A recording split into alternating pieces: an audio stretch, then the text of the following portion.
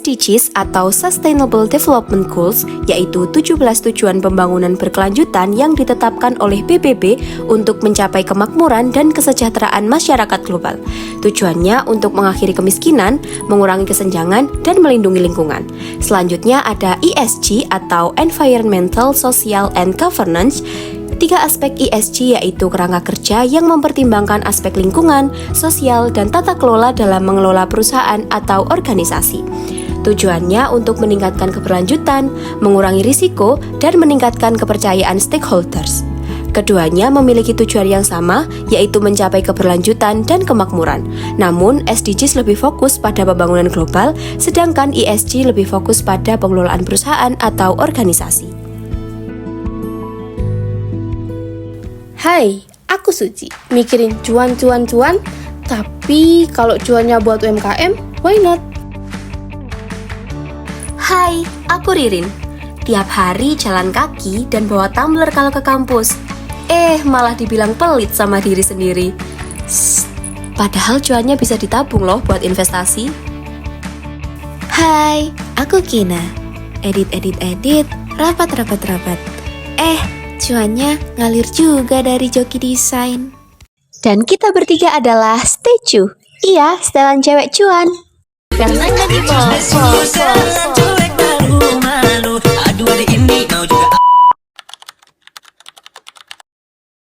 Puluhan toko yang berada di UMKM Center Kabupaten Pekalongan memilih untuk tutup. Para pedagang mengeluhkan kondisinya yang sepi dan berharap ada perhatian dari pemerintah atau dinas terkait. Pemirsa, dampak dari virus COVID-19, usaha mikro, kecil, dan menengah atau UMKM di Lampung Utara menjadi sepi. Dan hal ini berdampak pada omset pelaku UMKM menurun. Kalian sadar gak sih kalau semuanya serba cepet tapi gak mau ribet? Kayak mau makan tapi mager dan lebih milih Shopee Food. Terus gimana nasib UMKM yang belum punya Shopee Food?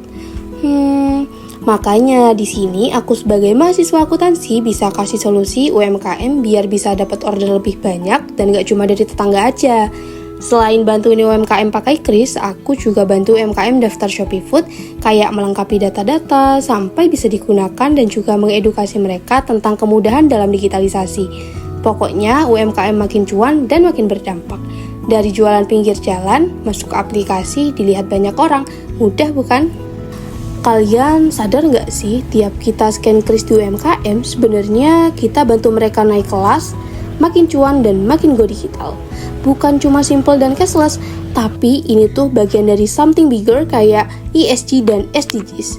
Makanya di sini aku bantu salah satu UMKM buat daftar kris dan cara bikinnya. Dari situ, UMKM sebenarnya juga udah dukung ESG dengan peduli lingkungan dan sosial, dan bantu capai SDGs kayak ngurangin kemiskinan sama kesenjangan. Keren kan? Dari hal kecil kita bisa berdampak besar. Kita ke informasi lain. Selain sampah rumah tangga, limbah lain yang sering kita tidak sadari adalah limbah sandang. Industri fashion adalah pemasok emisi gas rumah kaca terbesar setelah semen serta logam baja, terutama dengan merebaknya tren fast fashion. Terima kasih kembali bersama kami, pemirsa. Permasalahan sampah di Indonesia hingga saat ini belum juga ada penyelesaiannya. Bahkan data yang disampaikan oleh BRIN, jumlah sampah plastik yang terbuang hingga ke laut mencapai 8 juta ton dalam setahun.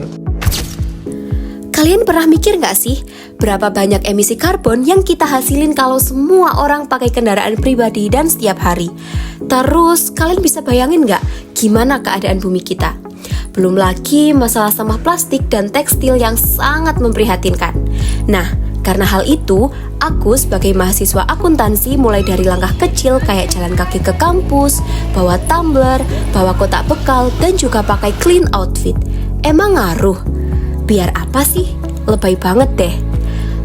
Simpelnya gini, kita bisa bantu goals dunia dalam ESG dan SDGs lewat langkah kecil kayak hal-hal yang aku lakuin tadi. Bayangin deh, kalau banyak mahasiswa yang sadar sama lingkungan, bakalan keren banget gak sih?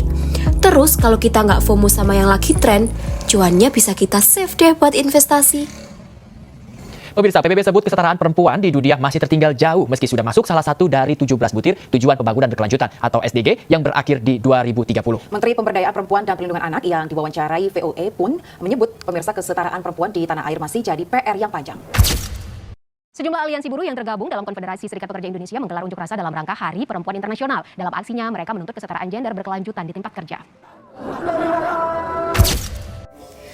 Hai Gen Z, apa sih makna setara bagi kalian? Setara. Satu kata yang kayaknya sulit banget buat diwujudin sampai sekarang.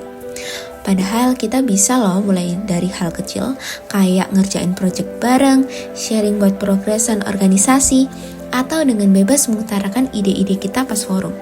Terus kalau udah setara, impactnya apa buat kita? Eits, jangan salah, kalian tahu kan kalau dunia punya goals besar di 2030. Nah, salah satunya adalah kesetaraan gender. Jadi, secara nggak sadar, kita udah bantu dunia buat ngewujudin itu semua. Nah, kalau cuannya di mana? Dengan kita banyak berelasi, kesempatan-kesempatan pun banyak banget yang datang. Contohnya kayak aku jadi banyak banget tawaran buat ngedesain mulai dari pamflet sampai merchandise kayak botol ini nih. Gimana? Keren kan? Jadi gimana? Keren kan jadi mahasiswa yang peduli lingkungan? Tapi juga bisa dapet cuan. So, jangan ragu buat mulai peduli lingkungan ya. Langkah kecil yang kamu lakukan sekarang bakal jadi tabungan buat masa depan. Yuk, selamatkan bumi mulai dari diri sendiri.